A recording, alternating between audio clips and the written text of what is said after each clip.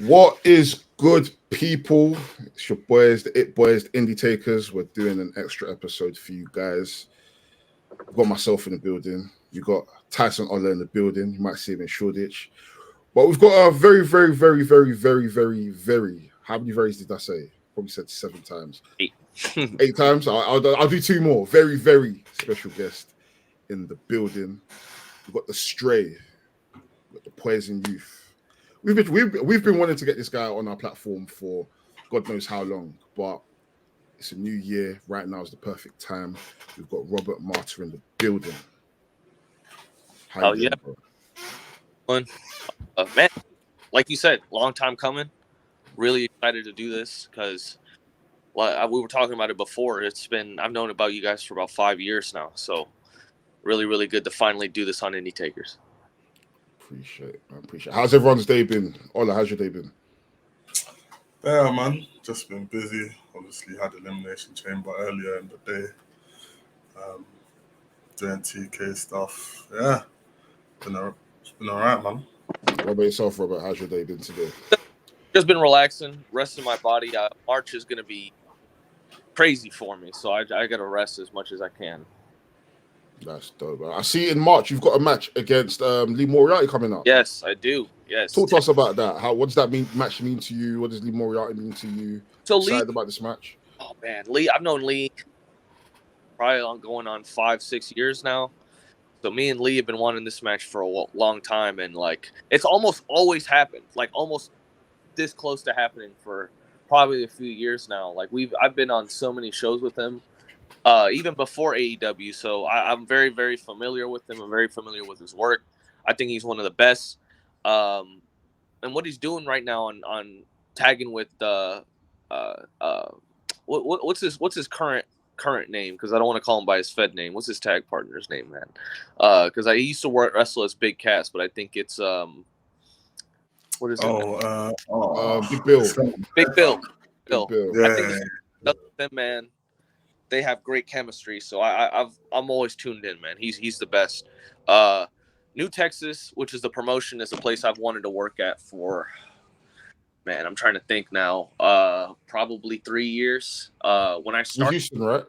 Yes, Houston, Texas.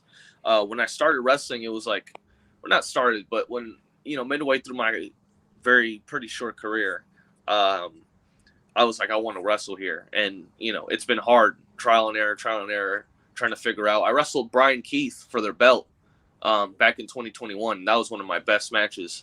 So I always knew it was meant to be, but now we finally have it. And yeah, man, me and Lee's going to be awesome. Me and Lee's going to be fantastic. Yeah, I'm looking forward to it, man. Looking forward to it. Well, let's start at the very, very beginning. Who is Robert Martyr? How did Robert Martyr get his start in the business? So my grandmother is a tape trader. How crazy is that? Yeah, my grandmother traded tape, and she was also a wrestling photographer. So, she was a photographer in general, but she did a lot of wrestling photography. And, as a kid growing up, it was very hard to get me to sit down and stay in one place. It's very, very difficult for me. So eventually one day, I think my grandma just decided, let me put some wrestling on. And from that moment on, man, that's when I fell in love with wrestling. I was probably 4 or 5 years old. It's the only thing that I could pay attention to. And what's crazy is I didn't know what WWE was until I was like 11. Okay. I didn't watch WWE as a kid. I watched AAA as a kid. So I watched Lucha Libre. That was my only exposure to pro wrestling. I had a few WWE tapes. I had like Vengeance 2003, and I had like SmackDown 06. But other than that, I didn't watch WWE. It was all Lucha Libre exclusively. And man, like it's so crazy to think, because everybody likes John Cena, Undertaker, all that. But like, La Parka was my Undertaker, bro. That was my guy, bro. I loved him. He was the best. They had this dude named Negro Casas. Negro Casas was the best. He was awesome. Blue Demon Jr., Atlantis, Blue Panther, all those cats, man. They're the best. And to me, that's what wrestling was. So I have like a much different perspective on wrestling than a lot of people growing up, because I didn't grow up with American wrestling. But it was trippy because I used to watch like Rey Mysterio when he was young. You know, I had all these VHS tapes. So when I watched WWE for the first time and I saw Rey Mysterio, it was like, is that the same guy? I didn't think it was the same. I thought it was a different dude. It's the same dude. Like Eddie Guerrero, I knew I knew who he was before I even watched WWE. So that was kind of my first like wrestling exposure. But my uncle was a big indie wrestling fan, so he had Chikara tapes, he had CZW, he had Ring of Honor, he had all that stuff, right? So he didn't like wrestling anymore for some reason. Like some reason he didn't care about it, and he found out that I was into it. So he gave me all of those tapes, each and every one of those tapes. So when I literally say I grew up on Bryan Danielson, I'm not kidding. I literally grew up on Bryan Danielson. I grew up watching Homicide. I grew up watching Takeshi Morishima. You know what I mean? Like I'm grateful for it because I don't think there's anybody that can say they started watching Bryan Danielson when they were a kid, unless like, you know, they were born in 2010 or something like that. But that's what got me into wrestling, my grandmother. But I would say like what made me want to be a pro wrestler, I saw Homicide and Bryan Danielson for the Ring of Honor World Heavyweight title at Final Battle, bro. That match is insane. Man, when I saw that, listen, bro, as a kid, I'm Puerto Rican, right? As a kid, we didn't have any Puerto Rican representation besides Carlito, and I fucking hated Carlito. So we did not have any Puerto Rican representation. So Eddie Guerrero, to me, he was my replacement. You know what I mean? Like he was representing Hispanics because I didn't have any of that. You know what I mean? And then I saw Homicide. I was like, whoa, there's a dude that's Puerto Rican that wrestles. That's crazy. That's so nuts. And he wasn't lame like I thought Carlito was. He was cool. He was cool as hell. And he beat Bryan Danielson. He hit that cop killer, man. And I was like, once he beat him, I was like, I want to do this. I saw that match and I was like, I want to do this. That match and Chris Benoit versus Eddie Guerrero, Ventures 2003. I saw those two matches and I was like, I got to do it. This is it. I'm hooked. You know what I mean? And from there, if we go deeper into it, man, I'm trying to think. I think I saw an ad on Facebook for a wrestling school. And at the time, I was like 13. I had just moved to Florida. And I was like, Mom, I want to do this. Because I had done, boxing beforehand. And she's like, no, you'll get too hurt. What the? I'm doing boxing already. What are you talking about? And she's like, no, you'll get hurt. And I'm like, I'm getting hit all the time. What do you? She's like, that's different. So I was so determined to be a wrestler because I had loved backyard wrestling and stuff like that. I was so determined to be a wrestler, man. I sent them a letter, and I made a bet with my mom. 13 years old, bro. I made a bet with my mom. I was like, if they respond and they let me in, will you do it? She's like, oh, yeah, sure. They're not going to let it says 18-year-old only. Probably like 2 weeks later, I get a letter back saying you've been accepted. Oh, shit. So that's how I got into pro wrestling. She was pissed, bro. I'm not going to lie. She was mad, upset about it.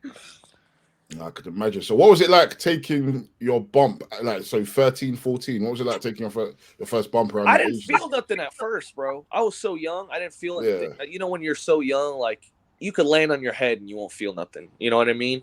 But honestly, bro, I'm trying to think, man. Honestly, I feel like it was the concept of the bump was scarier than the actual bump itself. Because I remember the first day I showed up, Sammy Callahan was there. Oh, shit. Training everybody. Oh, wow. And he was so intense. I was like, oh, man, I'm scared. You know what I mean? I don't want to do this anymore. I had this thing where I was like, this is terrifying. Because, it's the first time I'm getting in a ring, man. Like, and, when I started in, like, traditional lucha. So I was already familiar with a lot of the technique. I just didn't know how to do it. But, bro, I remember taking my first bump and just feeling like, wow, that's crazy. You know what I mean? It's like, until you do it, it's very hard to explain because it's like a shock. Because I don't remember what his name was, but I think he was an ex-WWE guy that had gotten a concussion or something along those lines, had gotten some type of brain injury, and he became a doctor. And Christopher Nowinski. Christopher Nowinski. So he actually has a study on bumps itself, like he brought a whole team of people to a pro wrestling school and showed the impact of a bump, the effects that a certain amount of bumps has on you, on your brain, on your head, on your neck, on your back. And he's like, it's like taking a miniature car crash every time, like a tiny car crash. So imagine you do that. There's probably like 40 bumps in a match nowadays. So that's like 40 and 1.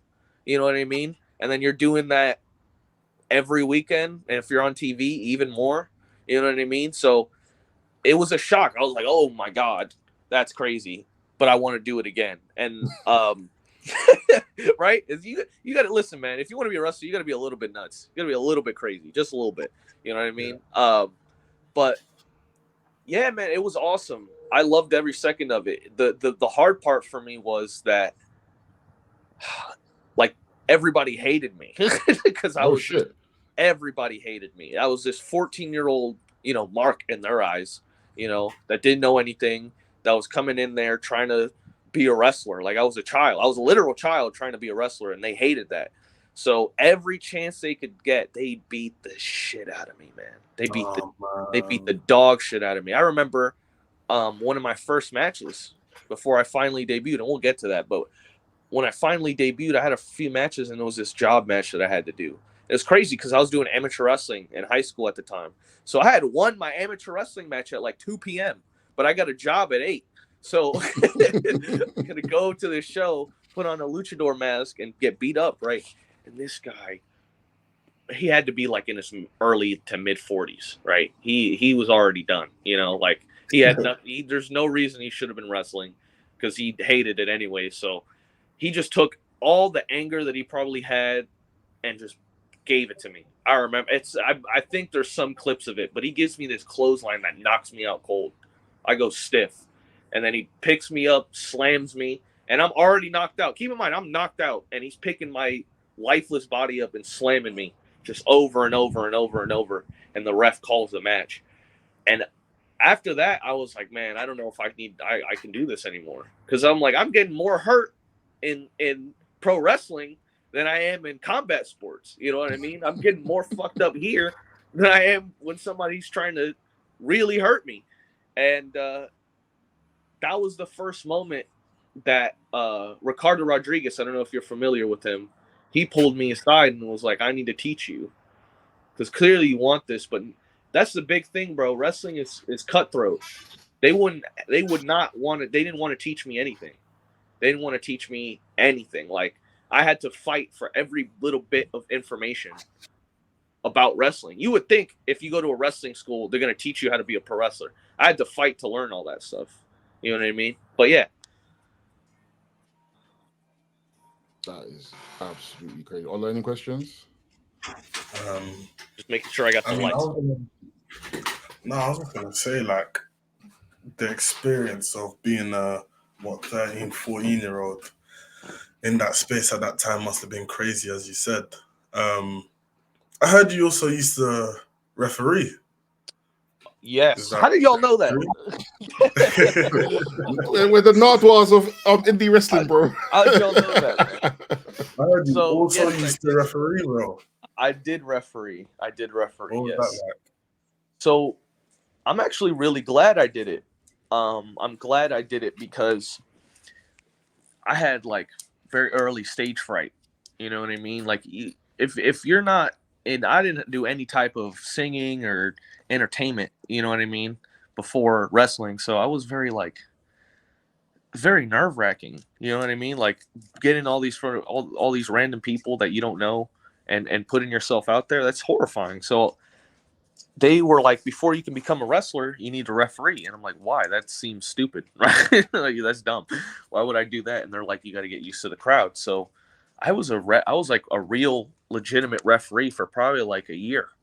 I ref for, Kaden Carter. Yeah. She helped train me. So I would ref a bunch of her matches. I would ref another trainer of mine, Mecha Wolf 450's matches. I would ref, and it would be crazy because I would wrestle in the first match, be done, get changed into my referee gear, and then referee the rest of the show. So, how crazy that is. Yeah, but like it helped me, man, because I got so comfortable with being in front of a crowd and like understanding like how that operates, what gets them to get upset, what gets them to cheer, you know, like what do they like and dislike. So I'm really, really, really glad that I did that. But at the time, I hated it. I thought it was a huge waste of time. What are some like common misconceptions that people might have about referees? Probably that their job is pointless. You know what I mean? Like they think that anybody can just put on a referee shirt and do it. It's a lot harder than it looks. It's a lot harder, like a lot harder than it looks. I was a very bad referee when I started. Terrible. Well, how so? Let us know. How so? Say it again. How so? Give us some how examples, so? Like, some stories. Okay, so all right. So picture this. So it was women's main event match. I was like 15. And it's a huge main event. Kaden was in it. I'm not gonna say the other person because she's kind of, you know, out. She's out. We can't talk about her. But you know, she's canceled. But yeah. But what's it called? So they wrestled. And again, I had to fight for every piece of information. You would think if they want me to referee, they would teach me the rules. You know, I watch wrestling, so I kind of know the rules, but I don't know the rules. So you're supposed to count where the shoulders are to make sure the shoulders are down, right? I didn't know that, man. So I'm counting at the feet. I'm counting like anywhere but the shoulders, bro. And I'm counting, and they're like, "What the fuck are you doing?" I'm like, "I'm refereeing." I'm like, "What are you talking about?" Like, just doing my job. To count the shoulders. I'm like, you know, and I'm man, that was insane. And then another thing is like kind of unwritten rules when you're refereeing. I mean, I guess because I was so young and everybody knew I was so young, I wasn't able to do it. I'm sure if I was a referee now, I would be able to get away with it. But you know, when, you know, the guys lock up and they go into the corner and they're counting and the guys won't break the count, so the ref gets in between. I did that.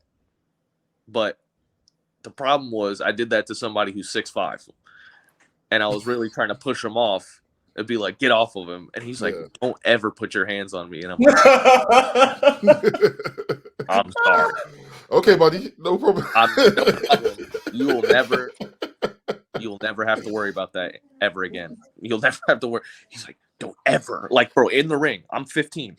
Yeah. Don't ever put your hands on. I'm like, I'm sorry, bro. I'm just trying to do my job and get out of here, bro. Was that an actual shoot, or was he like in character? No, he was dead serious. Like, shit. He was he was not working at all. He was 100% like, if you put your hands on me again, I'm gonna mess you up.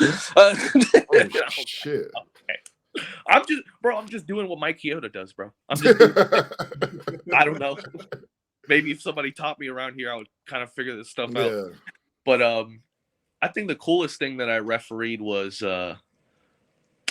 Janai Kai and Britt Baker. Oh, dope. Yeah, and not many people know that match happened because it happened at a show that was a lot smaller. But this is like, Janai is one of the coolest people out there. She's the best.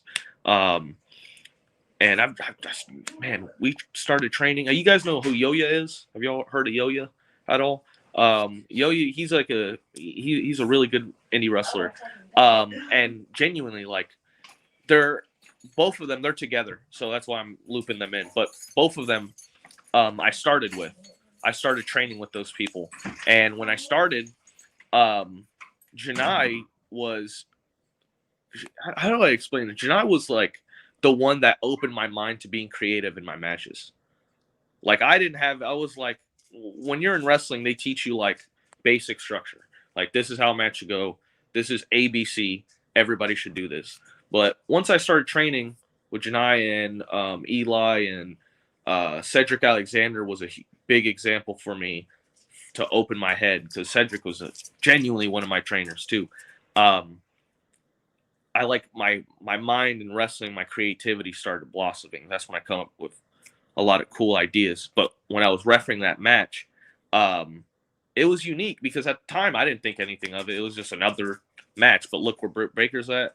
you know, and look where Janai's at. So it's kind of cool that I got to ref that match. So just heading back to you, wrestling now. What was the process if you potentially like getting your character? So from how you debuted to then kind of finding your feet and finding yourselves in terms of like the wrestler you wanted to be. That's a hard question because I feel like Robert Martyr is really me, but just like, especially what I'm trying to do now, and what I'm gonna be preparing to do in the next few months. I feel like it's definitely an extension of myself, but it's way more diverse and complex than that. But originally, I'm gonna be honest, bro, I didn't have a character. All I cared about was being the best wrestler. That's all I gave a shit about. I didn't care about anything else because remember, again, nobody would teach me anything. So I wanted to stick it to every single person in Florida, every single vet, every single dude that didn't believe in me, that didn't like me, said I was terrible but wouldn't teach me anything. I wanted to out wrestle them. That's all I cared about my first like 3 years wrestling. Like I just want to I want to smoke these guys. I want to make them look so bad. You know what I mean? Like in comparison to me. And once I started, like my ring work was like where I thought it needed to be. That's when I started like coming up with like, okay, what's next? What do I do? And I thought because I was labeled as a technical wrestler, I was kind of like, I tried earlier on, you know, you guys know Gresham. Everybody knows Gresham. I wanted to be Gresham really bad. I thought Gresham was the man. I still think he's the man. But Gresham, you know, obviously, like, he has a lot more character now, but at the time, he was just the best technical wrestler in the world. That was his thing. So I thought that's what I needed to be. I needed to be just the best technical wrestler in the world. And I was like, man, I like cutting promos too much. I like talking crap too much. I like being over the top way too much to just not do those things. So what I decided was, I was like, well, I don't think I've ever seen an anti-technical wrestler before. And what I mean like by that is, why is it in wrestling that we consider pure wrestling a guy that has to shake hands, a guy that, you know, has to abide by the rules, a guy that has to, I guess, uphold the sanctity of wrestling? Why is that pure? Because that's not pure. If you look at the textbook definition of pure, pure is literally being truly yourself, the purity of yourself. So if you're truly yourself, 100%, you are a pure wrestler. So that was like my character loophole, to be an asshole, to be as much of a piece of garbage as humanly possible. Because I'm not breaking it. I'm being as much as a pure wrestler as Jonathan Gresham. And if honor is real, then so am I. And that was like my tagline. If honor is real, so am I. And I had this thing of just being the anti-pure, pure wrestler. Like, I'm not going to shake your hand. I'm not going to respect you. I don't care if you beat me. I'm still not going to respect you. I want to make people upset. So that was the biggest thing for me. And I worked for a long time. That's where the Poison Youth idea came from. Yeah, I was just about to ask about that. That's where, that was like the very beginning of the Poison Youth idea. And the Poison Youth idea was, every pure wrestler, if you really think about it, was hiding their true selves. And I had this whole conspiracy theory in my head. Like Terry Funk. Have you guys seen Terry when he first started wrestling? Absolute worker. Worker. Like pure, clean shaven, trunks, knee pads, as blue collar as you can get. Now fast forward 20 years. Full beard, scars in the head, old, blood everywhere constantly. What happened? What is the bridge between those two things? And my idea was, well, clearly he wasn't being himself. Clearly the Terry Funk that we're seeing now is the real Terry Funk, not the one that was with Gordon Solie talking about the sanctity of wrestling. He probably did that because he needed to, you know, uphold the respect, uphold this lie about who he was, and that's why he went crazy. So that was kind of the idea in my head. Same with Harley Race. Harley Race in the beginning of his career, pure wrestler.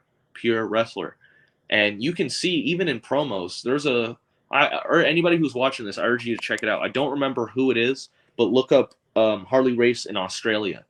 Look up Harley Race in Australia. And Harley Race wrestled on Australian in a non-title match who beat him clean as NWA heavyweight champion, which is unheard of.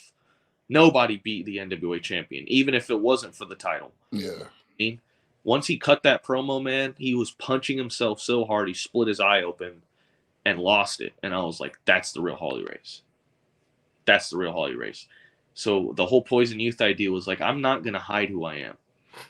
I'm not going to hide that I'm not a good person. I'm not going to hide that I'm an asshole. I'm not going to hide all these things. I'm not going to hide it because then I'll turn like them. Yeah. And eventually, now I'm trying to pivot away from the Poison Youth because although I'm only 22, I'm coming up on 23 this month, I feel like I can't be a youth forever. So why ride that wave too long? You know what I mean? I don't consider anybody 25 plus a youth anymore. You know what I mean? I think you're just a man. You know what I mean? So Yeah. I would only have another 2 years out of that. And I think the Stray fits me a lot more. I think the Son of a Serpent fits me a lot more, and I connect with that. And I like new challenges. I don't like doing the same thing over and over again. I like creating characters. And I think the new stuff that I'm coming up with now is as real as it can get. Dope. Speaking of extension of yourself, so the first time I ever heard of you, this I know Ola is excited to hear about this as well. All right. The first time I ever heard of you, so we're big 2K fans. Okay. We're big like 2K gamers. I think I know where this is going. And the first time I ever saw the name Robert Martyr was, I think it was a promo against another core, Namo. Yes, hell yeah. Strider. So, yeah, big him up. So, when I then done a bit more research on your core, and then I saw, wait, he's actually a real wrestler. I was a bit perplexed because at that time, I just knew cores as like people that just create their own cores, they create their stories. There's a big community within it.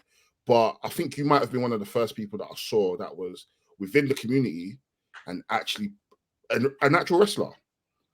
So Yeah. what does the core community mean to you? How did you get into it? Was that maybe an inspiration with wrestling, or how does it talk about calling this podcast? Oh, hey man, this is what the Indy Takers is for. But funny enough, man, the Namo match. It's crazy that that's the match you discovered me on because that was my last. That was my last call match. That was it. After that, I told Namo straight up. I'm like, bro, after this, I'm done.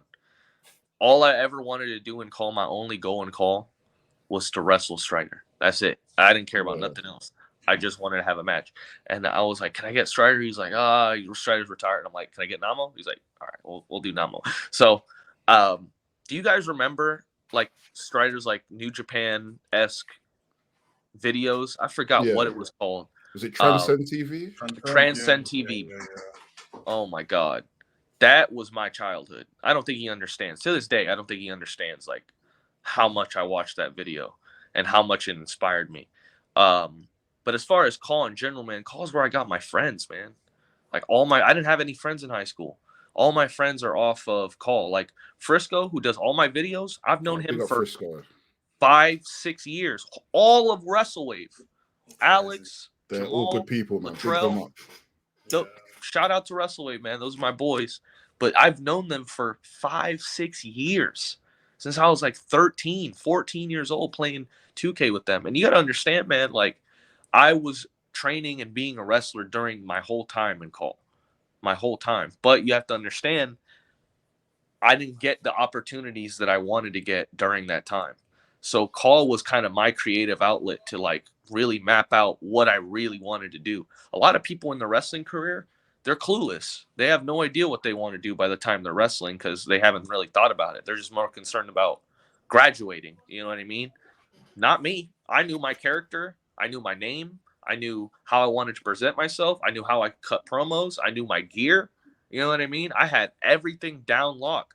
And call was literally like training wheels to my pro wrestling career because I'm doing stuff in wrestling right now that I was doing in call 5-6 years ago. I'm doing the same combos, bro. I'd be watching my own. I watch my own call matches and steal my own stuff. Yo, and for anybody who's in call, y'all are not safe. I'm stealing all y'all shit too, bro. I'm taking it. It's not safe, fam. Y'all not. Oh, it's over. I've been in this game too long. I've been taking it, bro.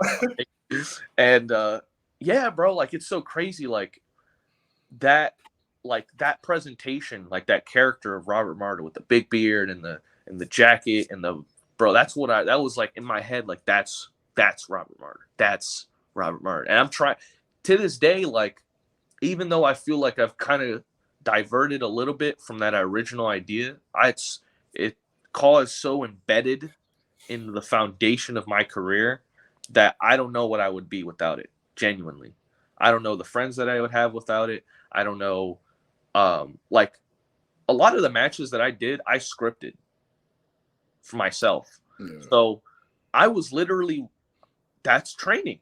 I was writing out a match. I was understanding the psychology of a match and what makes a match good, but without bumping. You know what I mean? Without like, that's so hard for people to understand. And thinking about it now, I'm like, man, I've always really been good with like the psychology of a match. I'm always good with like structuring a match. And I'm like, I wonder why that is. And then now that I'm talking about it, I'm like, bro, I've been calling matches since I was 10. You know what I mean? Like, shout out to all the E-Fetters, but Sim was different, bro. Yeah. When you Sim, like, you had to know, bro, because here's the thing, man. I'll tell you a quick story. Nobody, you will never hear this. This is exclusive things. Exclusive. You will never anywhere else, anywhere. Okay. Now that we're talking about Call, right? I remember I was maybe 15 years old, and I had joined a PlayStation party, and I was like, man, all the heavy hitters were there, bro. Jay Williams, Strider, Trey Jordans, Darren Dastardly, Nick Virtue. Oh shit! What? Throwbacks. The gods. Throwback. The gods. Nick Virtue needs to come back. Yeah, he does, man. What's he doing? Virtue, man. Amir, bro, like all of them, bro, all in this one party, and here's little old me, right? Because at the time, the only thing that was getting me noticed was my promos. Where do you think I learned the promo, bro? Yeah. Where do you think I learned the promo?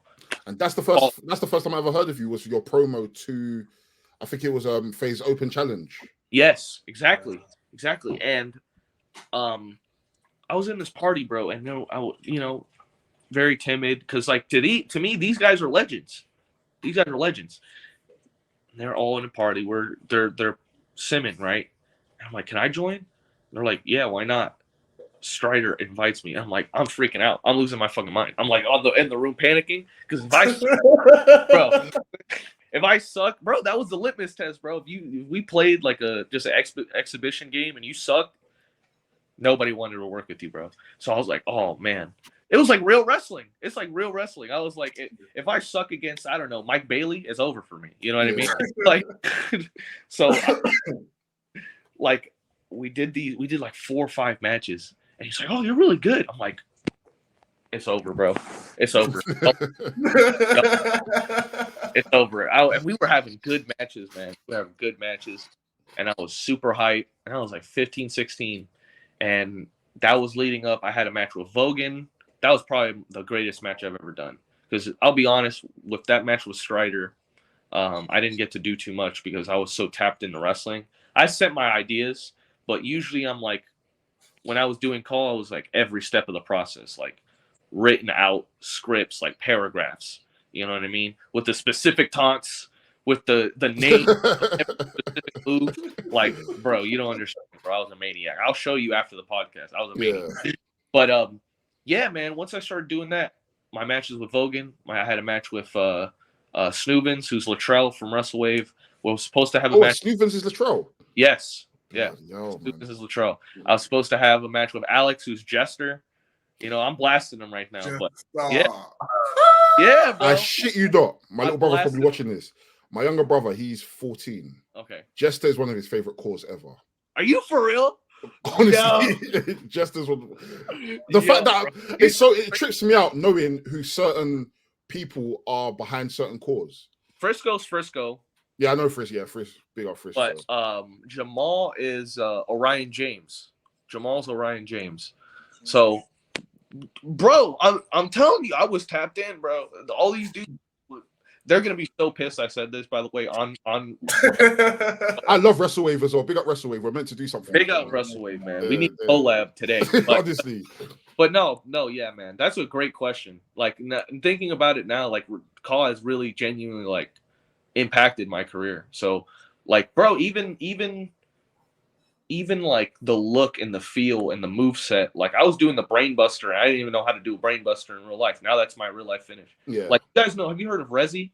Yeah, of Rezi, yeah. Rezi, like the ring. Yeah, he does ring announcing from time to time.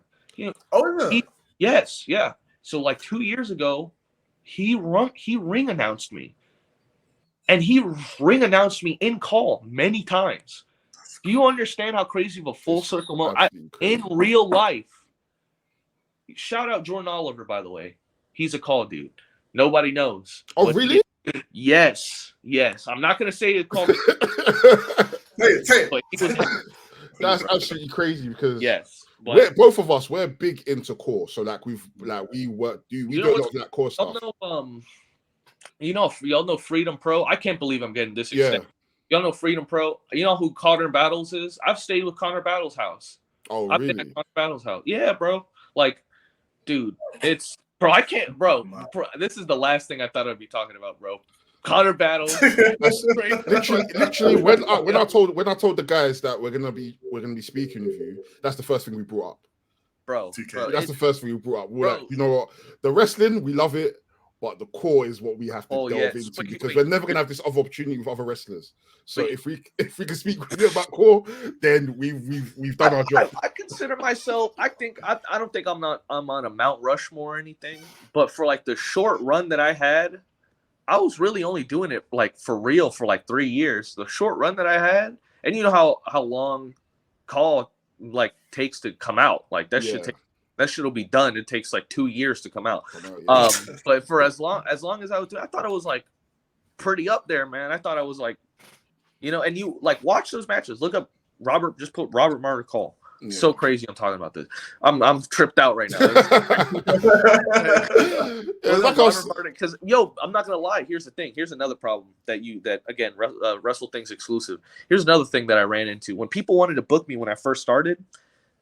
They were like, "Do you play video games?" I'm like, "That's not me. That is not me." I don't know who that is.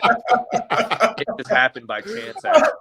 So I had to bro. Back in the day, we didn't, bro. IWTV was not it was a luxury. It was not how everybody has a IWTV show now. Yeah, you had 3, maybe that you could realistically get on, and one of them was No Peace.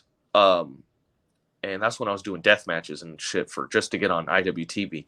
But man, like for the first 3 years of me getting booked, bro, I tried so hard to just like now you'll find my real stuff, but at the time the only stuff that would pop up was cool stuff. It was the only thing that would pop up. So I was like, oh no, that's not me. I don't know who that is. That's some random guy. You know what I mean? That's crazy. So I was like, I would never tell people look me up on YouTube. I always send the links directly. All right, directly to them. Now I'm good. You know what I mean? Now I'm already made a name for myself. Good. I'm chilling. But yeah, man, that's so crazy that we're talking about that. Yeah. Shout out to WrestleWeek, man. Shout out to WrestleWeek. I'm telling you, Jester is gonna be. I just said his name, Alex. Because we're both big into like the 2K stuff, the core stuff. Man. Like we, Ola has his CWH core fed. We also have a Wrestling's core fed that we do. And like through maneuvering, doing it, like especially getting our friends to cut promos, and Ola does HLR matches. Like it goes to show to you that a lot of wrestling fans, especially the ones that do core, like it's an underrated skill to be able to core matches and to do promos. And I feel like it's very underutilized. That a lot of people actually don't see the work that goes into it. Bro, hours of editing. Like I remember I saw I don't remember who I saw, but now they're doing it through the PC. I remember we had to edit all our stuff through the PlayStation, bro. Yeah. The share play editor. Yeah. It was like hours and hours because that thing sucked. It was terrible. But that's what we used, man. That's what we used. And like, I think it's such an underrated, just it's underrated in general. I think the only reason it got toxic is because a lot of Call was like their lives, bro. Like there was a lot of people that really we're starting to realize that it's a lot of people dog world. like parasocial, paranormal, like I don't even know, like they believe that they were them, you know what I mean? And that's when it started to get toxic for me.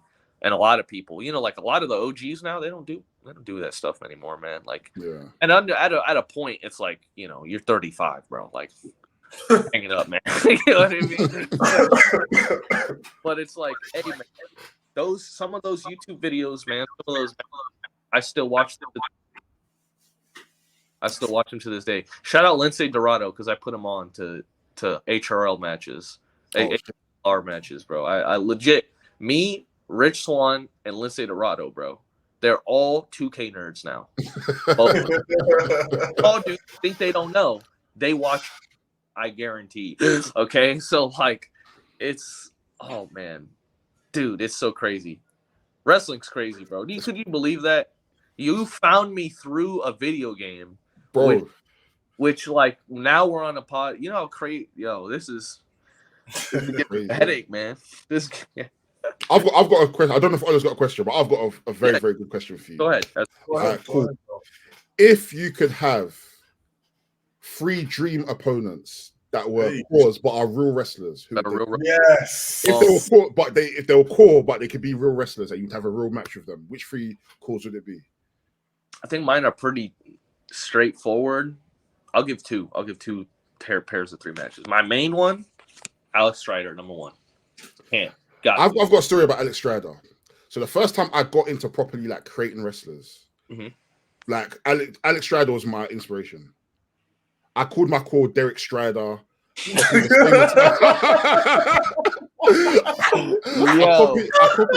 I could try and find the picture, I'll try and find one. Copied the exact same attire. All I just had was like D Strider on a t-shirt. And then as time went on, I was just like, no, I can't keep catting this guy. Then he obviously came up with Namo and everything. So Derek Strider, I watch his compilation videos, like his move compilations with all his top 10 moves. Literally, for me, that's a GOAT when it comes to core. Bro, you know how hard it is to get not only one call character legendary, but 2 of them? 2? Bro. Like I think Namo's just where Strider was. Yeah. It's crazy, right? It's so sick that was my last match, you know what I mean? But Strider, Trey Jordans, and Darren Dastardly, bro. Those are the 3 to me, bro. They were always the cool. Darren Dastardly was like, I don't even know, man. He was like Jay Lethal to me. Like he reminded me of like Jay Lethal back in like 2015. Like I know there's, some people don't like him, but back in 2015, bro, he was the guy. He was the guy. Ring of Honor television champion, Ring of Honor world champion, wrestling 60 minutes every match. You know how crazy it is? Oh my God, man. He was the last like aura guy to me for a while. Like now there's some aura guys, but he was like Jay Lethal, man. He's the best. But Darren Dastardly is probably the number 1. I say the others. Jester definitely. Jester was like one of my favorite characters, just in general. He had such creative promos. Let me think. Probably. I like Jay Williams, man. I thought Jay Williams was like the whole Tiger crew. That whole Tiger crew was sick. And then lastly, oh man, who was Afro Samurai's call? I forgot his name. Y'all know who I'm talking about? Terry Atkins. Terry Atkins. I like Terry Atkins. Terry Atkins was kind of raw, man. I thought Terry Atkins. You know what? Just because, bro, Kiyashima, man. Just because Kiyashima was, people hated on him at the time, and I still hate on that character. But for a minute, for like 2 seconds, he was raw. I was like, all right, he's cool. And then he got lame again. I was like, Hoxton, you suck. But yeah, man. That's funny enough. That's a lie. I did do. Y'all know what FAM is, right? Oh yeah, of course. I did. You've done the Rumble. Do you guys know about that? I did. Yeah. But I was as my real life self. Yeah. Rumble. It was kind of nuts. Full circle. Kid Bandit. Shout out to Kid Bandit. She's my homie. She was in that Rumble too. So yeah, she was in. Yeah. Federer. That's kind of sick. That's crazy. Yeah, man. Holy crap, bro! Y'all. We might have to sign him to Rest Things Gaming 2K. Come back. You have to come back. We might need a promo from you, bro. Where's my? Come back.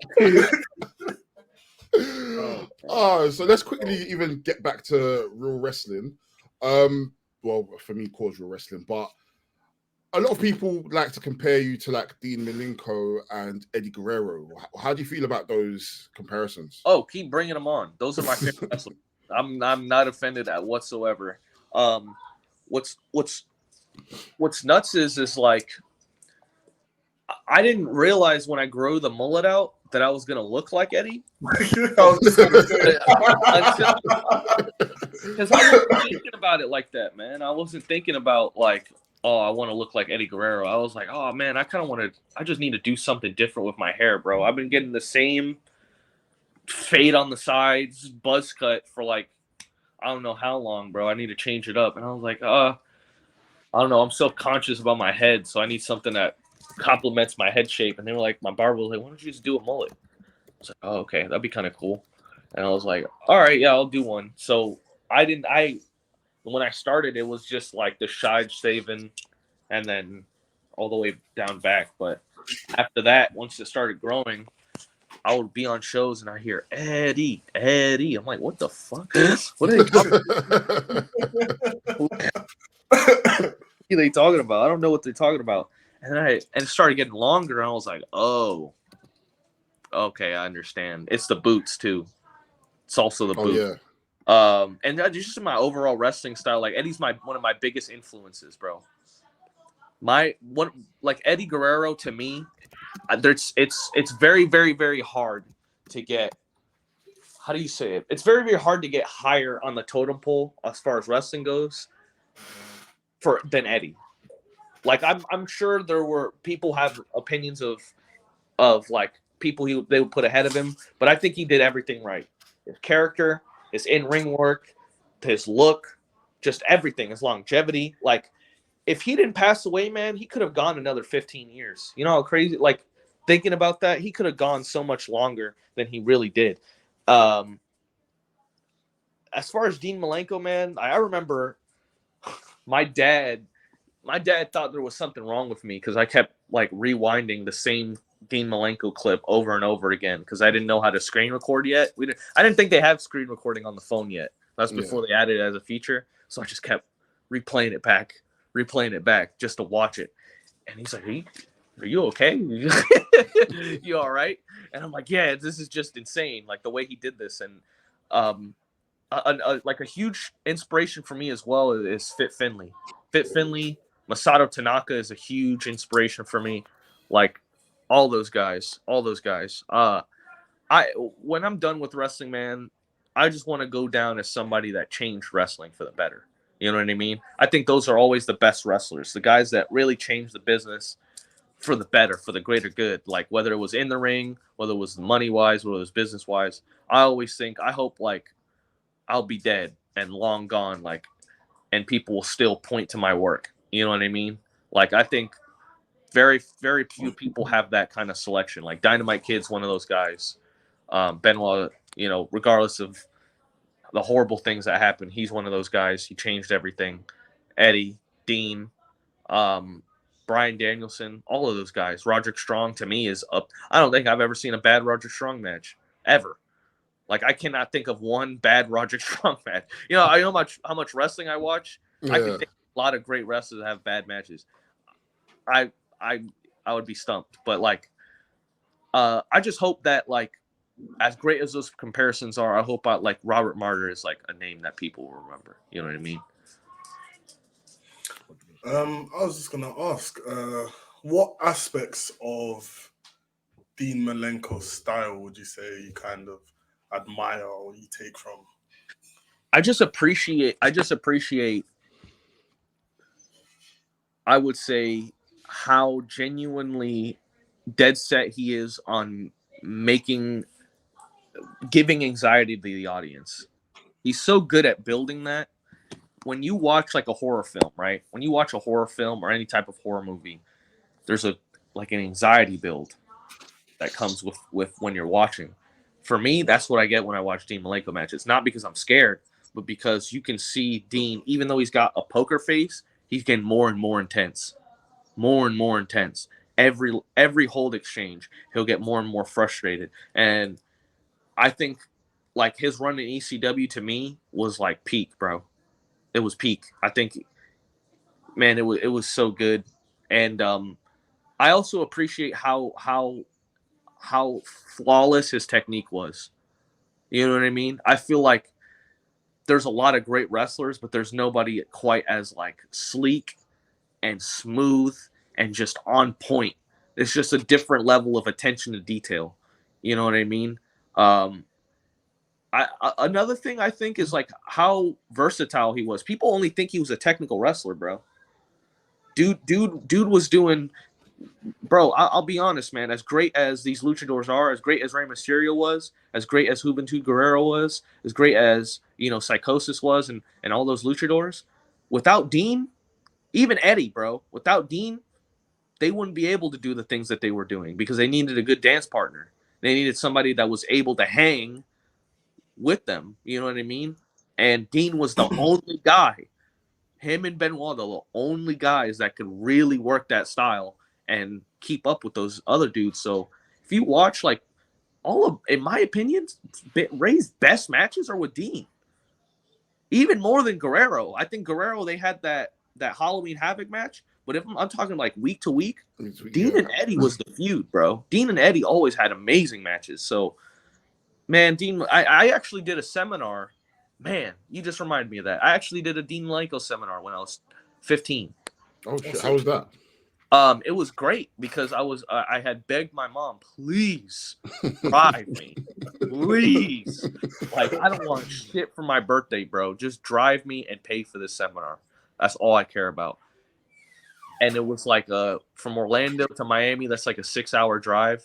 So we drove, me and my sister and my mom, to this Dean Malenko seminar, and it was amazing. And I remember I cried in the ring because what's it called? Do you guys know Elijah Burke, the Pope? D'Angelo Monero from TNA? Yeah, or D'Angelo something from TNA. So they were doing like, oh, everybody 5-minute matches, and people paired off, and I was the only person that didn't have a partner.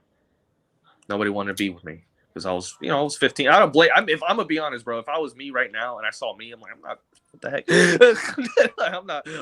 I'm gonna wrestle him. Like, if I was me right now, I would do the same thing. I would be like, I want to find somebody I can really show my stuff off to. And I think Pope was he felt bad, so he was like, kid, I'll find you an opponent, right? So it's like rows of 5-minute matches, 5-minute matches, 5-minute matches. And eventually Pope gets in the ring with knee pads on, wrestling shoes. He's like, you ready, kid? I'm like, kid? You talking to me? And I'm like, me. And he's like, yeah. I was like, you ready? I'm like, I guess. I don't know what to say, bro. So I just got in the ring, and we wrestled 15 minutes. Wow. 15 minutes of him leading me. And it was just, all he told me was just listen. And I was like, all right. And we wrestled 15 minutes, and I think I won with like an enziguri. And we had, including Dean Malenko. I remember Teddy Long was there too, crazy enough. 1-on-1 with the Undertaker. Yeah. If I won that match, he's like, all right, now. But bro, everybody's banging the ring, PWG style. Everybody's banging the ring. And I'm bawling my eyes out, bro. I'm crying my eyes out because, again, bro, up until that point, bro, again, this is around the time I was getting my ass beat every day. This is around the time that they were purposely trying to get me to quit wrestling. Like, they would make it harder for me every time I'd show up to training. They'd make it more rough. And And that was like the true first piece of validation I felt in wrestling. The first piece of like, I belong. You know what I mean? And he was like, how old are you, son? And I'm like, I'm 14. I think I was 14, not 15, but I'm 14. And he started crying himself. It was such an emotional moment. And it was like, and I think whoever won got to wrestle the show the next day. And I wasn't planning to win. I didn't even know. I didn't plan to win. So we had to get they got us a hotel. I was like, Mom, can we stay another night? I know we were supposed to drive back, but I got a show tomorrow. She's like, all right, we'll do it. And funny enough, that's where me and Chris Bay met for the first time, that show. Young Chris Bay with the CM Punk kick pads on, man, before he had real gear. Like, so crazy how full circle that is. Because if I would have never won that, I would have never met Chris Bay. What is your relationship with Chris Bay? Man, he's like an older brother to me. He's like the older brother that, you don't talk to all the time, but whenever you all see each other, whenever you all talk, man, it's good. Mowgli, be quiet, man. He's a protective dog. But yeah, man, like he was always somebody that, like, man, we would talk for hours, bro. Anytime we get on the phone, we talk for at least 45, 30 minutes. You know what I mean? And he's just a guy that, I really appreciate, man. He's helped me. He's been through a lot of stuff himself. So, he always wants to see me win. So I appreciate Chris Bay for sure. Obviously, you talk about that and how much of a moment it was. Are there any other moments that you would say like almost shaped you as a wrestler, or a favorite moment that you have so far in your career so far? I think it's obvious, but my match with Suzuki. Yeah. Obvious. I'm gonna tell you another, bro. You're getting all the exclusives today. I'm letting you know. You're getting all the exclusives today. So you watch that match back. Usually, for main events like that, they'll pan to the audience. Not to the audience, to the wrestler in the ring that's currently in the ring. Before the match, I went to every single camera person, and I said, do not pan to me when I'm in the ring. Do not pan to me when I'm in the ring. And I was dead serious. I was like, do not pan to me. They're like, why? I'm like, I'm going to cry. I'm going to bawl my eyes out. And they didn't. And I kind of wish they did now, because I wanted to see that emotion. But, like, I was hearing Kaze ni Nare, bro, in real life, in the ring. That was the first Japanese wrestler I ever saw, was Minoru Suzuki. The first one. Him versus Kenta and Noah was the first Japanese wrestling I ever saw. I remember I saw it on Daily Motion. It was like 240p. It was But shout out to Real Hero, man. R.I.P., man. He was uploading all those matches to YouTube, all the Noah matches. And, oh, man. It was so crazy, bro, because when they announced it, you guys heard of Tom Customs? Yeah. That's my boy. He makes all the fake match cards. Announced it, right? And I'm like, haha, that's funny. I put my phone away, right? And I turned my phone off for some reason. I'm like, oh, whatever. I don't need to use it. I turned my phone back on. I got like 45 missed calls from different people. I'm like, what the fuck? Did somebody die? So I look at my phone. And the promoter, shout out to Will. He's like, why are you promoting it? I'm like, what the fuck are you talking about? Why am I promoting? What are you talking about? He's like, the match. I'm like, what match? He's like, you're wrestling Suzuki. And I'm like, wait. So I look at him like, it's got like 100 quote tweets, 100 retweets, 100 likes, all this stuff. And I'm like, oh my God, this is real. Bro, I fall to my knees in a Walmart, bro. I fall to my knees. Like, what the fuck is life, bro? And Will's a son of a bitch because he didn't tell me. He didn't tell me about this match. Surprise! He like kind of mentioned it, but I didn't believe it because, like, things change in wrestling all the time. Like, they'll say, "Oh, you'll wrestle John Cena tomorrow," and I'll be like, "Okay," And then until it really happens, like I won't believe it because wrestling, you never know what happens. But the reception it got, man, it meant so much to me. We haven't even reached the match yet. It's just the reception. Because it wasn't like, oh, this match is going to be a banger. This match is going to be fire. It's like, finally, Rob gets an opportunity. Finally, he gets an opportunity. Like, he deserves this shit.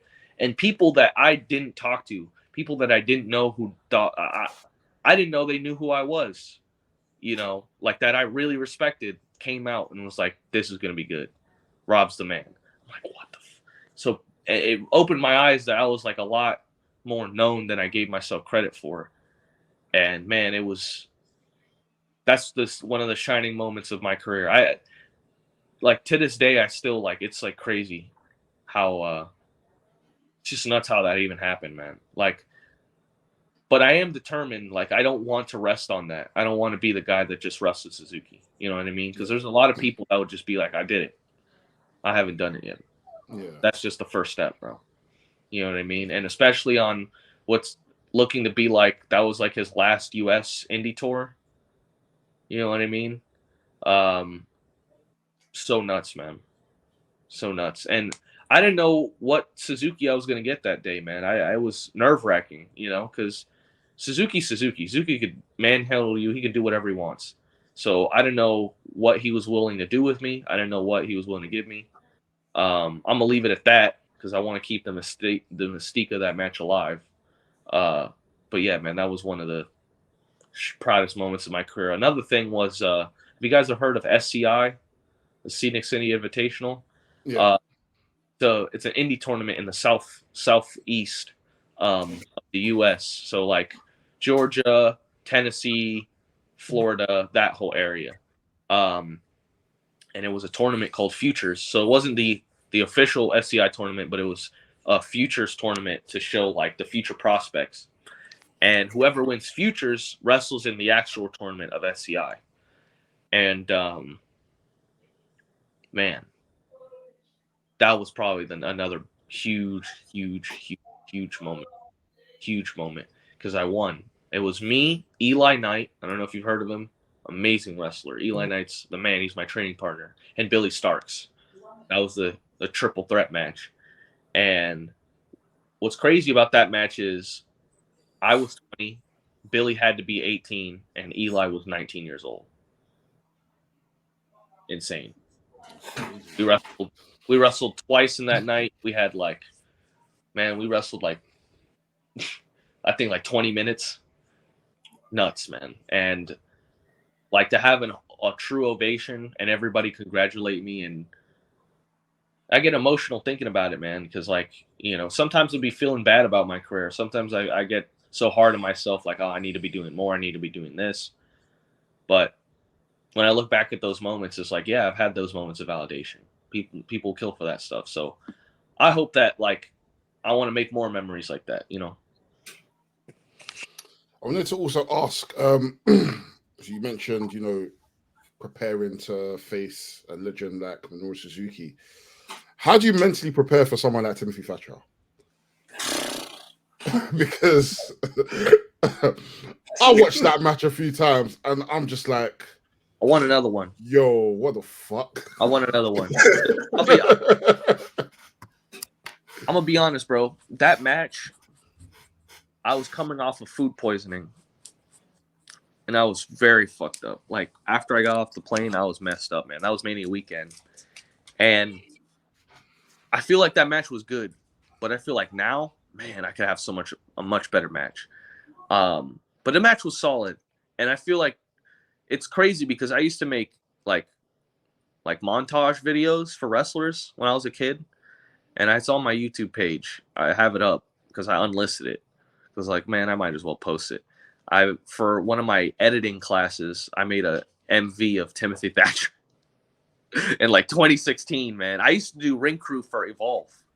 Oh, so, shit. Yeah, I was the ring crew for Evolve. So I would be so quick to set up the ring, man. And I just wait. I'll be because you don't want to be that dude that's snooping on people, but I'd sit in the corner and pretend like I'm doing something and just watch them train in the ring. Watch Timothy Thatcher call matches. Watch Timothy Thatcher move, like get prepared. Like I never wanted to bother him, but I was like locked in. Bro, he's as real as it gets, bro. He's one of those dudes, man. He's what I call farmer strong. Like he holds you and you're like, he grabs up like your wrist. You're like, he could kill me. Like he could really kill me if he wanted to, man. He could hurt me. You know what I mean? It was the same thing with Suzuki. I was like, this guy could kill me. Like I would be completely defenseless against this dude if I tried anything. You know what I mean? So, man, wrestling Timothy Thatcher, wrestling Minoru Suzuki, wrestling Daniel Garcia, who's my boy. I love Daniel. Wrestling Kevin Blackwood, wrestling Brian Keith, Lee Moriarty coming up. It's like I'm knocking off all those bucket lists, bro. Like as far as promotions, you know what's crazy, bro? In 2021, I would say I wrote down a list of every promotion I wanted to work. I probably have 3 left on that list, and I wrote over like 25. Would you like to state the ones you need to? Would you like to state the 3? Oh, there's Dreamwave Wrestling, who Mustafa Ali just became the champion of. Yeah. Yep, and New Texas was another one. Now it's going to happen. Trying to think. I think the other one, and this was all for specifically the United States. I think the other one was. Oh wow, I marked that one off too. Revolver Wrestling. I've wrestled on Revolver, so I guess 2. That's so crazy, man.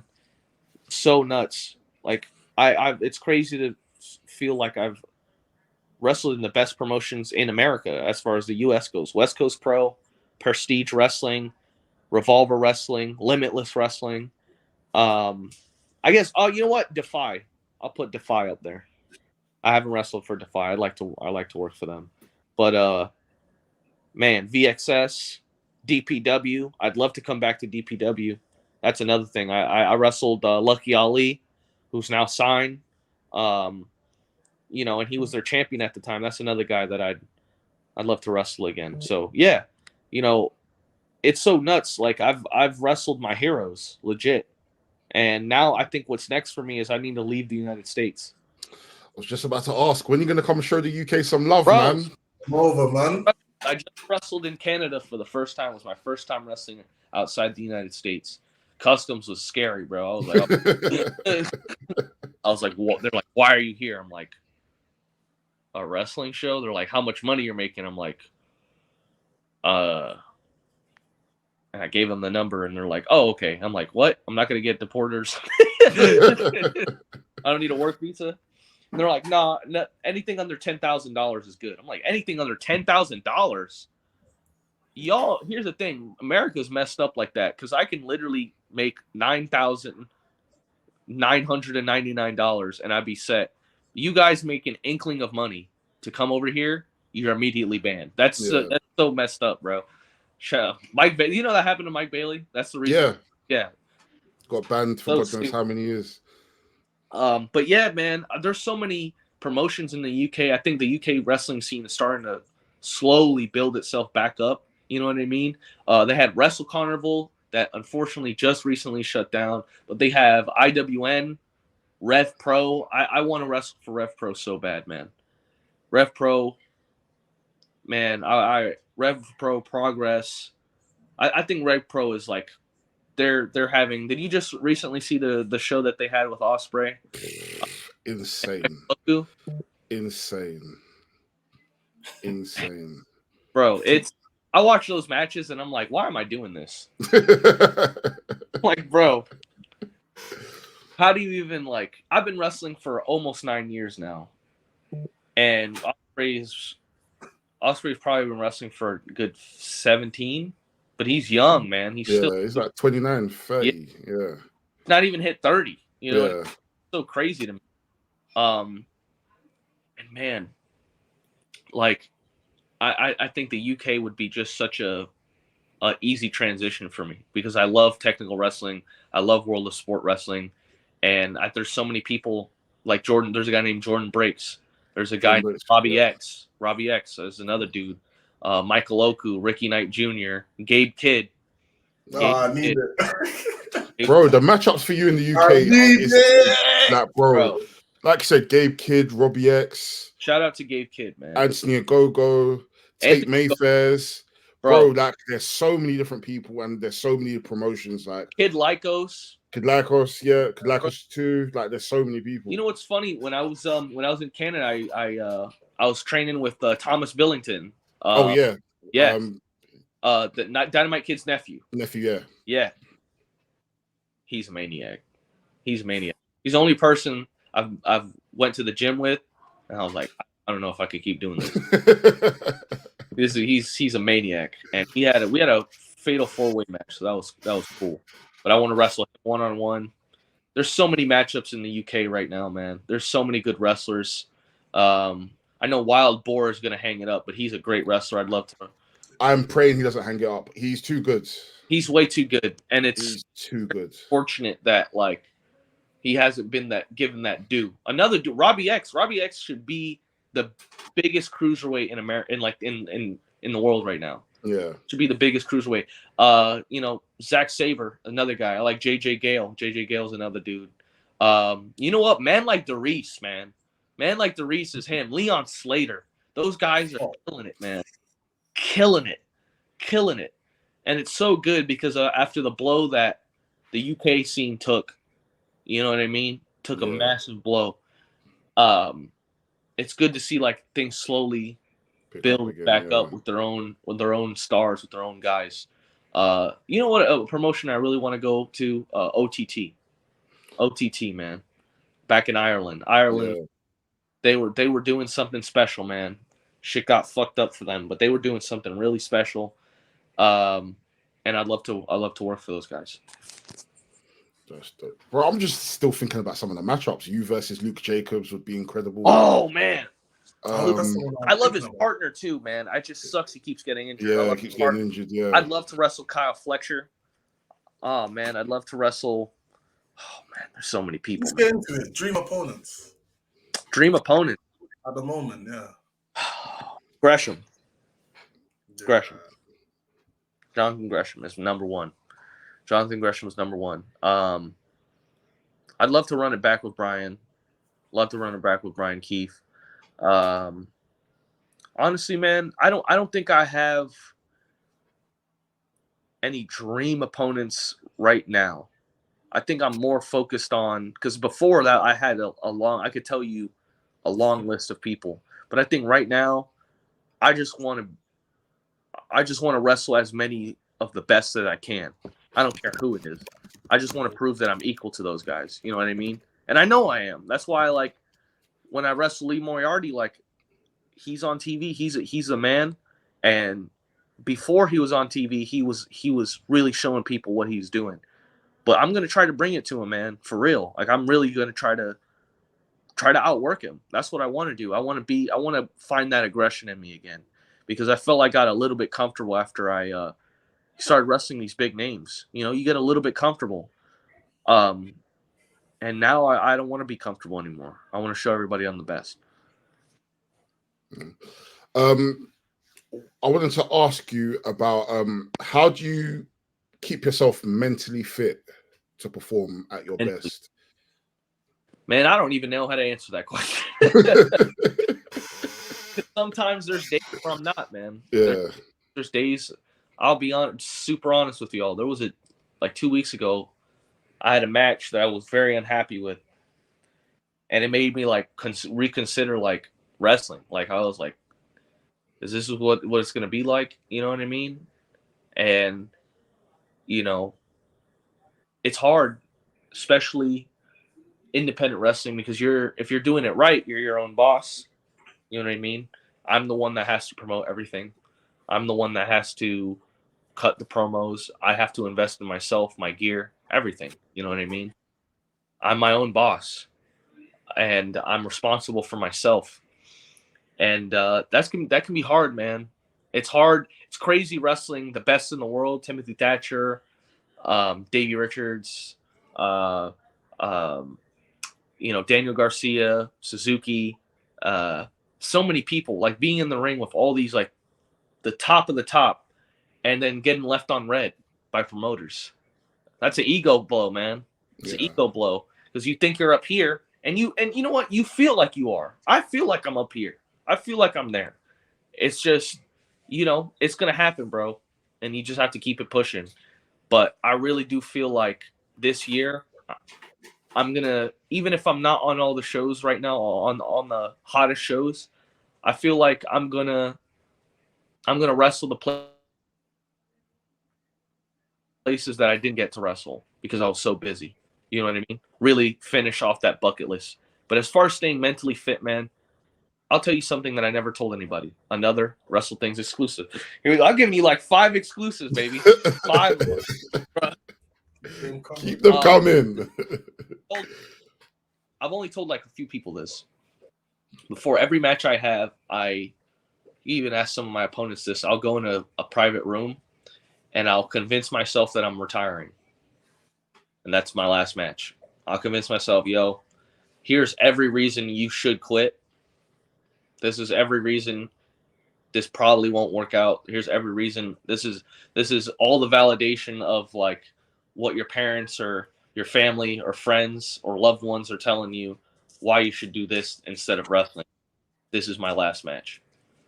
So I legit go into every single match I have genuinely convinced that I'm done after this. So I have no excuse to not give my 100%. You know what I mean? And it's getting harder and harder by the minute because I love wrestling more and more every day to convince myself that I'm done. But it's what motivates me. You know what I mean? So, yeah, man, it's mental. It's all mental. It's all up here. Once this clicks, everything else is easy. But yeah. And what would you say outside of, maybe some of the setbacks of, maybe being left on red and not getting certain phone calls? Like, what other challenging aspects are there that you may have faced within wrestling? A big thing is like, bless you. Bless you. Oh yeah. But a big thing is man, I would probably say, I have never been on TV. Not once. Never a dark match, never an appearance. The only thing MLW wasn't on TV, was it? MLW. Well, it was. I'm talking about real TV. I'm talking about YouTube, not YouTube. I'm talking about legitimate television. I've never gotten that opportunity. I've never done any extra work for WWE. I've never done any any of those Ring of Honor or AEW tryout matches. When AEW Dark was a thing, I was never on that. You know what I mean? So that's always something that's been like, man, I hope that opportunity comes soon. Really a big thing, man, is like there was a promotion called Garden State Wrestling. And they were really, really big on me, really, really high on me. And it was special, man. For what Garden State was at the time, it was very, very special. And, man, right before they were about to put the rocket on me, they closed down. So that always, I hope sooner or later there's a promotion that realizes my worth and knows that I'm going to give 150% every time. And I hope that I just want that opportunity. I just want the chance. If I fail, I fail. But I would just want that chance of like, we're going to really try to give you something. But I know it'll come. It's all time. I have to also humble myself and realize like, I'm 22 years old. I've been wrestling since I was 14. You know what I mean? I have so much time left. When I'm 25, I'll be almost 13 years in. You know how crazy it is? Crazy. When I'm 25, that's nuts. And I have to be grateful for that because there were so many times in Florida wrestling that I didn't like how so many people were so bitter. They were bitter. And they had great opportunities. They had great careers, and they just hated life. And I don't want to be one of those people because there's somebody just as hungry, if not hungrier. There's always going to be somebody hungrier than you that wants it just as much as me that just hasn't gotten that opportunity yet. So I got to be grateful for what I got, and I'm going to just keep it pushing. That definitely makes sense. Go on, Ola. Just going back to, pre-match pre-match rituals and stuff that you kind of do before the match. Is there any particular type of music that you play? That I listen to? Yeah. And Oh man. Yo, my playlist is pretty extensive. My playlist is really extensive. But I'll always put 3-6 Mafia on before I wrestle, bro. Every time. Always put 3-6 Mafia, Project Pat, any of those guys. 3-6 Mafia, bro. They always hype me up. Bro. I get hyped. I'm hyped thinking about it. It just they pump me up, man. That always listen to hardcore music, man. I love hardcore. Shout out to hardcore community. Yeah, I love hardcore music. Out of Pocket, End It. Man. Pain is Truth. Pain of Truth. I'm sorry. I'm sounding like a poser right now. Pain of Truth. So many bands, man. I love that type of music, and it always just pumps me up. It always gets me going. I will say this is pretty funny. I used to listen to diss tracks, like funny ass diss tracks. I don't know why I did that, but I would just look up like diss tracks and I'd be like, yeah, fuck that guy. Yeah. I always get hyped up. But that's a big thing with like having wrestling themes, bro. I can't have no theme that doesn't hype me up, man. If I have some theme that's some whack ass shit, man, I can't do that, man. I can't come up to some bull crap, bro. I won't feel it. I'm a big in the moment person. I will always do this though before I go out. I always like when I was in amateur wrestling, we always had like a kind of like this.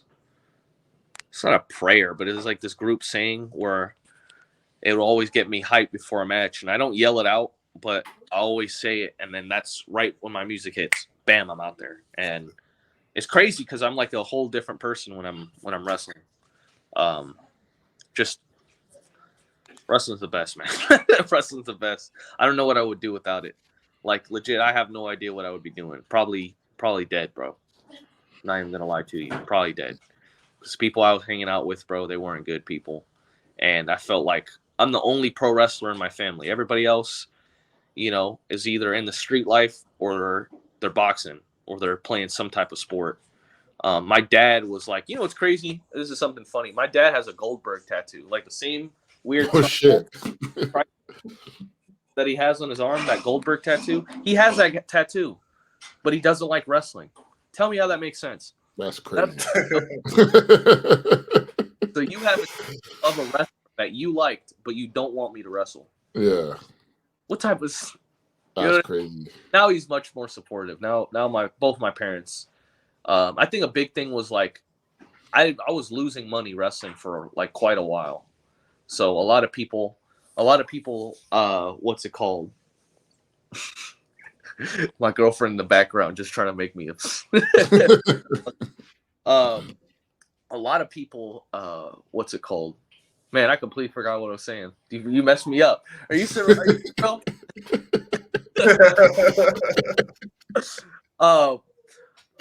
lost a lot of money. I mean, what I was saying? What was I saying? Yeah, you lost a lot of money. Oh yeah, I lost a lot of money. Yeah, I lost like $2,000 in the year 2022. Because I flew myself out. I was flying myself out to all of these shows because I didn't know if they were going to take a chance on me. You know what I mean? And I needed to show them that I wanted to be there. I wanted to be at those promotions. I wanted to wrestle. So I would say, hey, I'll cover the flight. I'll do it. You know what I mean? Yeah. Now I'm finally making money. So like my family is more accepting of it. You know what I mean? I'm finally making the big bucks, bro. I remember I got paid for the first time. I cried my eyes out. I was like, $5, bro. Let's go, bro. I wish I kept that dollar, bro. You know how crazy, getting paid in Florida at the time, even now, but at the time, that was a blessing, bro. You were blessed. I was walking around with $5 like I was a millionaire. I was like, yeah, what do you make? What do you make? Yeah, get out of my face, bro. I'm him. You know what I mean? I was like, Yo, and it's so crazy thinking about that because like somebody offered me $5 right now. Are you kidding me? Get the hell out of here, man. Like, like, man, that's so crazy. Just thinking about, like, I remember for 2 years I wrestled for free. 2 years, bro. Free labor of my own body. Crazy. And that's even after my injury. I broke my neck when I was 17. Oh man. In training. Broke. Wow. You know it was the vertebrae right under the one that Big E broke. Oh shit. So Big E, I think he had a C8 or a C7 or something. I think one was like C5, C6. C7 and above is like the danger zone. That's where you can die. You know what I mean? Mine was a minor break, and just like if we have a little square, the top piece cut off and broke. Yeah. So it wasn't straight through the middle. And from then on, bro, like I couldn't walk. I couldn't so what happened was there was this trainee that had never done a Hurricane Rana before. I had never taken a Hurricane Rana before. The trainer, who was not my normal trainer, so this is none of their faults. They weren't there that day. Was like, oh yeah, do a Hurricane Rana. I was like, I've never taken it before. Like, just do it. I was like, are you sure? He's like, yeah, just do it. So he Hurricane Ranas me, and he laces his legs. He crosses his legs and drives my head to the mat and snap goes my neck. I landed directly on my head. And, bro, it was legitimately, man, it was one of the scariest experiences I've ever had because I couldn't walk. I couldn't feel anything. I was 17 years old thinking my life was over. That's crazy. 17 years old thinking I'll never walk again. That's where the concept of that injury is why Robert Martyr as a name is a thing. Because I quite literally almost died for wrestling. So now my whole goal is, because wrestling gave me a second chance on living, I want to give my life to it. So that's why I'm a martyr. That's why I'm Robert Martyr. What's crazy is when I broke my neck and they took me to the hospital, they had done run tests on me and were like, hey, do you do any neck exercises? Do you do like any weightlifting with your neck? I'm like, no, but I do wrestling bridges. Have you guys seen that? Like when a guy does a German suplex, yeah, head, that's a wrestling bridge. Yeah, that's to train your neck for those things exactly. And I did them so often that I built a lot of really good strength in my neck. So when I broke my neck, when it swelled up, one of the tissue of my muscle for my neck went in between the bone and stopped it from completely snapping. Oh shit! So if it completely snapped, I would have been paralyzed. Different story, yeah. Yeah. So when they examined me, they were like, "So you what do you do with wrestling bridges?" And the lady comes back and she's like, "Yeah, I think that saved your life. Like I think that's why you'll be good today." Like literally, wrestling saved my life. Legitimately, it's nuts. And man, imagine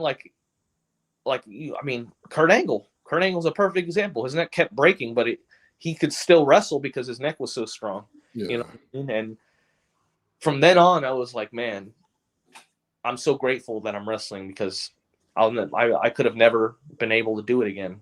Yeah. The only thing I ever stuck to, I boxed. I hated boxing. I did play baseball. I hated playing baseball.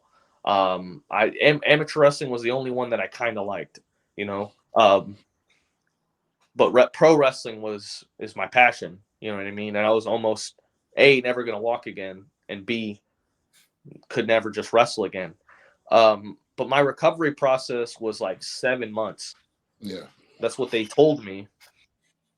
And I had to wear a back brace, and I had like one of those stilts. You know what I mean? And man, I was an idiot because I tried to rush the process. I tried to make 7 months, 4 months. So I went back to wrestling way too early. Way too early. Like I couldn't lift, those baby weights, like the 5-pound baby weight. I couldn't lift that over my head. I was too weak. I struggled. Like my hands would be shaking if I tried to lift it over my head. Yeah. The fact that I can do this was like a miracle because I didn't have to get anything fused. I didn't have surgery. It was all natural. And yeah, I was wrestling, bro, and every bump I could take, agonizing pain. I was so much pain. I would do like, if you watch my matches from that time, I was like 17, 18. I was definitely just 17. And it was just punching and kicking, bro. That's all I was doing. Just punching and kicks. I couldn't do anything else. I would do like one Michinoku driver, and that would be it. I was done. And the thing is I had gained so much weight during that time, man. I was like, I'm 5'8", okay? I'm 5'8" flat. I was probably almost 200 pounds of just fat. I was fat, bro. I was out of shape, depressed. I hated my life. I couldn't stand it. But eventually, I was like, screw that. I kept doing physical therapy, and the physical therapy got me through it, so where I was not in pain anymore. So then I could finally go to the gym, and then I did this thing called intermittent fasting, and I lost probably like 35 pounds. And right when I did that, right when I was back in the best shape of my life, COVID hit, bro. I was so mad, bro. So mad. But I'm kind of glad it happened because COVID is, funny enough, where I got like my first big break was in Paradigm Pro Wrestling. Yeah. I wrestled with a dude named Matthew Justice, who is a GCW guy, deathmatch guy, man. And that was the first big name I ever wrestled, was Matthew Justice. Before then, I was just some unknown Florida guy that nobody knew. But I kept having good matches at Paradigm, and bigger and bigger names kept coming to the shows, and they were like, why is he here? He needs to be X, Y, and Z. And that's how I started getting higher and higher in the totem pole. You know what I mean? But yeah, during COVID, bro, I was like, I refuse to gain weight again. I'm not doing this. So every day, bro, runs. I would run every day, push-ups, sit-ups. I was like a madman, and I got in even better shape while everybody got, out of shape. It was kind of funny. Ahead of the game. Yeah, I would see dudes that I was like before had like six packs, and now they're like walking around big and beefy. I'm like, what the fuck happened to you, bro? You used to look like Finn Balor. Now you look like Braun Breaker, but without the muscle. It's like, but yeah, man, yeah. Nice. Just before we wrap up, I wanted to. Ola, you got any more questions before we wrap up? Maybe just a light-hearted one.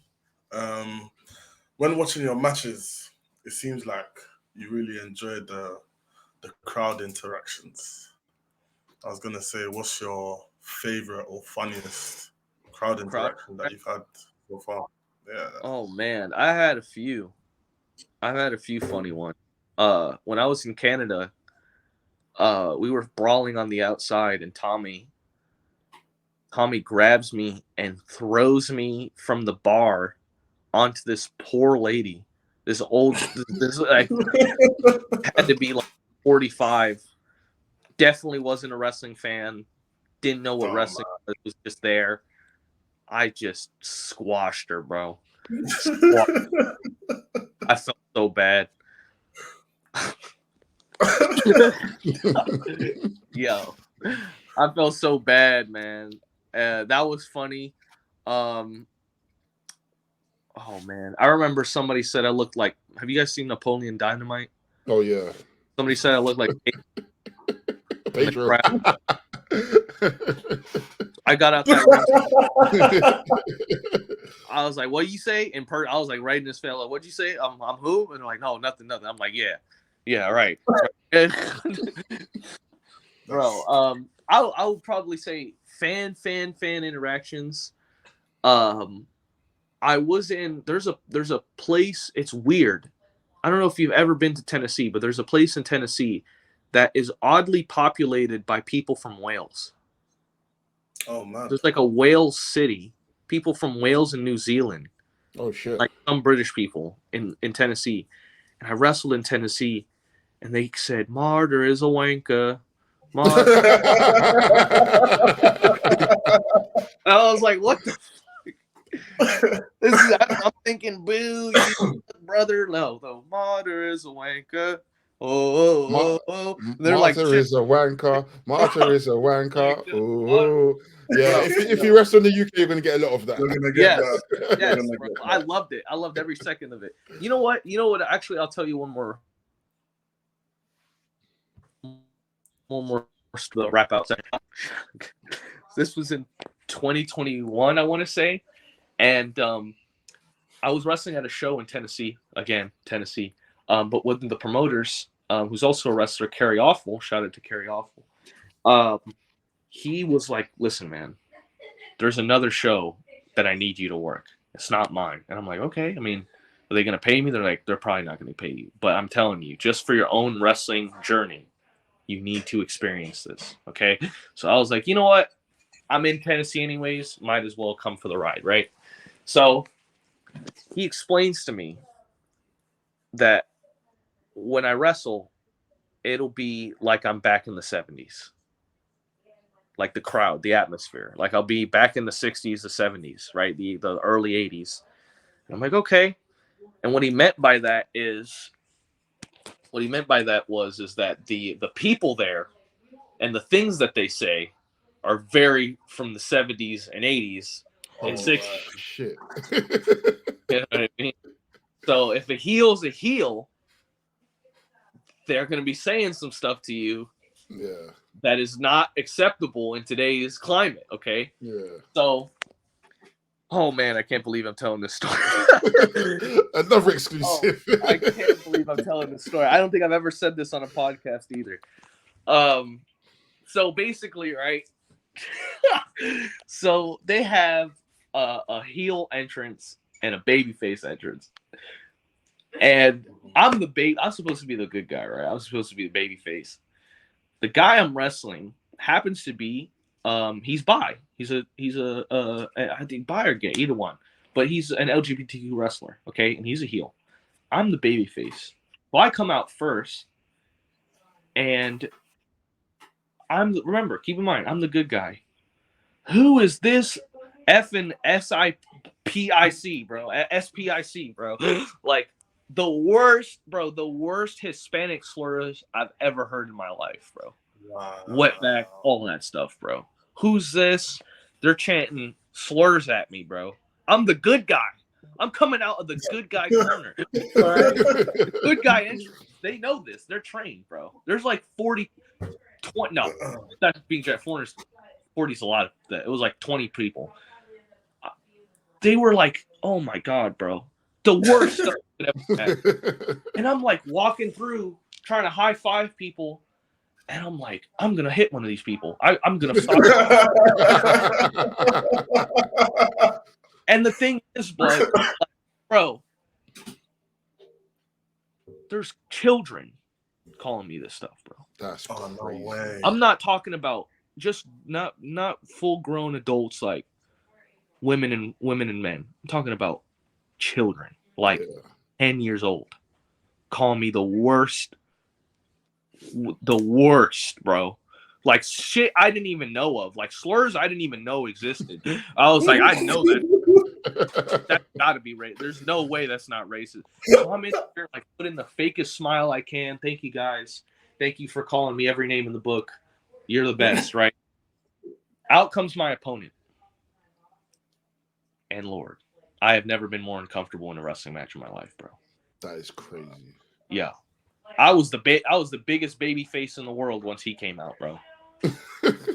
They were like, "Oh, we'll take a Spanish person over him." I was like, "All right." So I guess in Tennessee, and well, I don't remember what specific part of Tennessee, but it was a very specific part of Tennessee. I guess in Tennessee, being Hispanic beats out being gay in Tennessee. I guess that's how it works. And man, they were calling him the F slur. They were calling him every name in the book, and he was just not fazed. Like it did, like they weren't even saying anything to him. He was doing the whole this. He was like in people's faces. It's like, oh, he's like, I'll fuck your dad. I'm like, holy shit.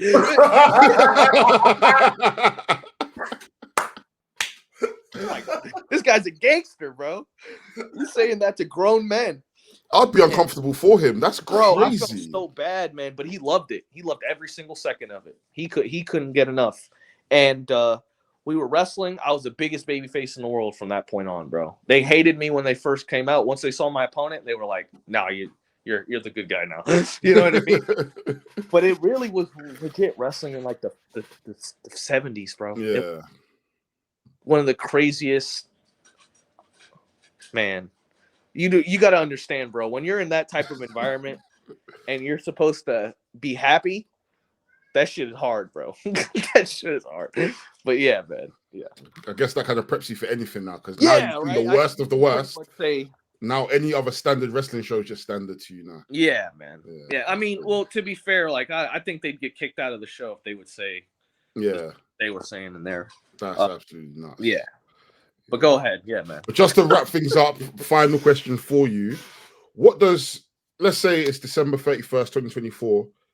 What does 2024 look like for you? What do you want out of this year? I think what I want out of this year, man, is I genuinely want to make my name outside the U.S. I think that's the new goal for 2024. Make my name outside the U.S. I want to become a guy that's consistently booked out there, whether it's Mexico, the UK, maybe even Japan, man. Maybe even Japan. But I want to be as much of an international star as I am a national star, because then I can make it money anywhere I go. You know, like AJ Styles made his name in Japan. Will Ospreay made his name in Japan. All these guys made their names in Japan.